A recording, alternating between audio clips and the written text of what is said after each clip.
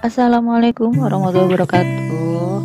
Selamat pagi. Oke, kita mau melanjutkan video sebelumnya ya, yang membahas soal-soal ujian PAT gitu. Jadi sih kontennya itu memang soal PAT yang akan dibahas, cuman ini bisa manfaat juga ya buat yang lain untuk membahas soal yang satu bab dengan pembahasan soal PAT ini.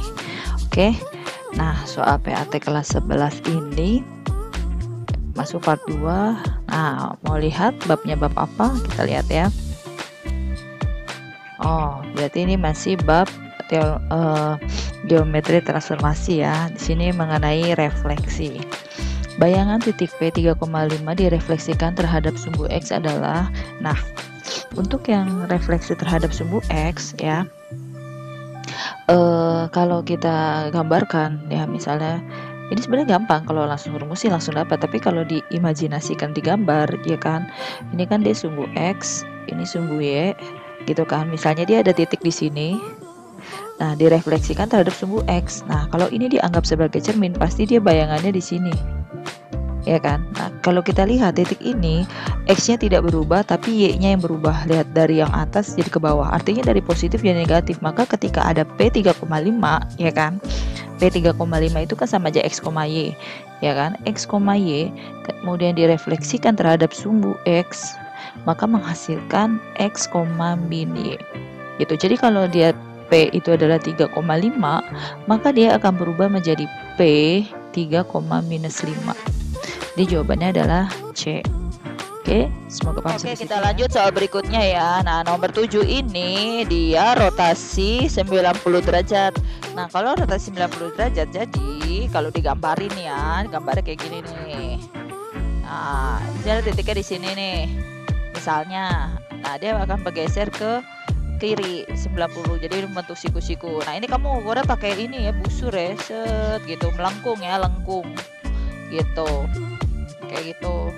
90 derajat ke arah kiri atau berlawanan arah jarum jam kalau 90 derajat.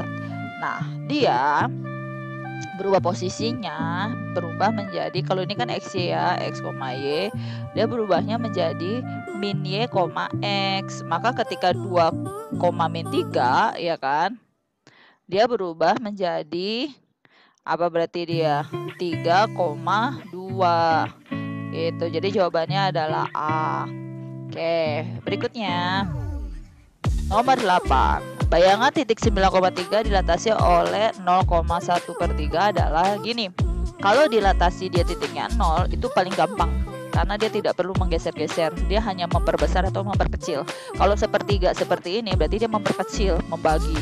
Nah, sebenarnya sih dikali juga gitu kan. Jadi kayak di sini 9,3 berarti dia 9 dikali sepertiga, 3 dikali sepertiga gitu. Nah, 9 kali sepertiga itu 3, 3 kali sepertiga itu 1, maka hasilnya adalah 3,1, yaitu B.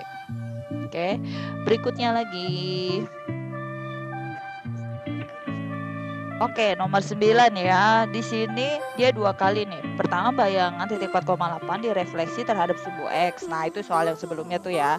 Kemudian dilanjutkan dilatasi. Jadi kita cari dulu nih yang direfleksi oleh sumbu X ini. Nah, direfleksi terhadap sumbu X, masih ingat nggak tadi 4,8, yaitu X-nya tetap, Y-nya berubah jadi 4, minus 8 ya kan.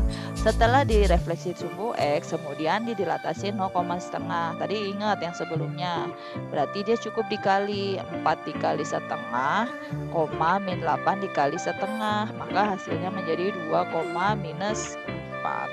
Apa jawabannya? B. Lanjut berikutnya. Nomor 10, titik A 3,5 dicerminkan terhadap sumbu Y.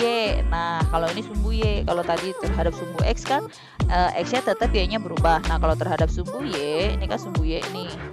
Ini sumbu X. Nah, ini kan cerminnya dia nih. Kalau dia titik di sini, berarti nanti geser kemari bayangannya. Nah, berarti yang berubah itu adalah X-nya. Nih, dari sini X jadi min X, Y-nya tetap. Berarti di sini X, Y akan berubah menjadi min X, Y-nya tetap X-nya berubah jadi minus. Jadi 3,5 itu akan berubah menjadi min 3,5. Gitu. B jawabannya. Semoga kalian paham ya.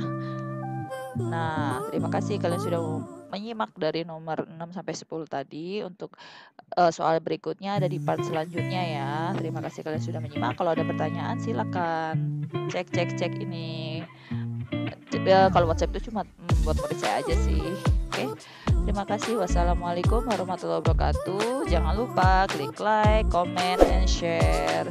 See you next video.